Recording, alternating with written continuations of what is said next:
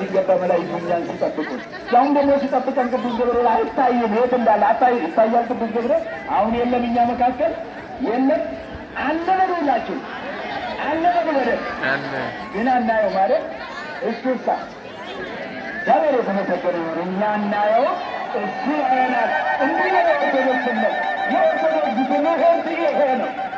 እኛም ማናያቸው የሚያዩን ረቂቃን መላእክት፣ እኛም ማናያቸው እነሱ የሚያዩን ሌላ ረቂቅ ደግሞ የሚያየን ሰይጣን ስላለ ከሱ የሚጠብቁን ጣዖት የሚያስመልኩ ራስ እንዲመለክ ገንዘብ እንዲያመልክ ሰው ዛሬ ገንዘብ እያመለከ ወንድሙን የጠላ እህቱን የጠላ ወገኑ ገንዘብን አስፈልቆ ሰውን የሚጠላ ሰው ገንዘብን ወዶ ሰውን የጠላ ሰው እኮ ጣዖት አምላኪ ነው። እግዚአብሔር ከዚህ ይሰውረን፣ ከዚህ ይሰውራችሁ።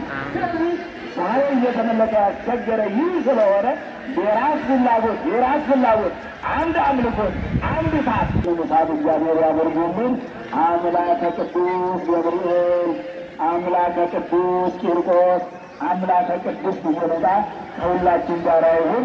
ጸሎታችን እግዚአብሔር ይስማችሁ፣ ልመናችን እግዚአብሔር ይቀበልላችሁ። ስራት እግዚአብሔር ይቆየ። አባታችን ቃልዎት ያሰማልን።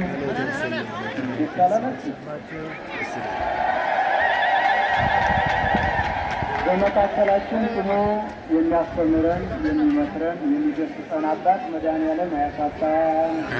ቃልዎት ያሰማልን ብላችሁ እግዚአብሔርን አመስግኑላቸው። ታላቁ አባታችን ሊቀ ሊቃውንት አባ ተክለ ሃይማኖት ወንዱ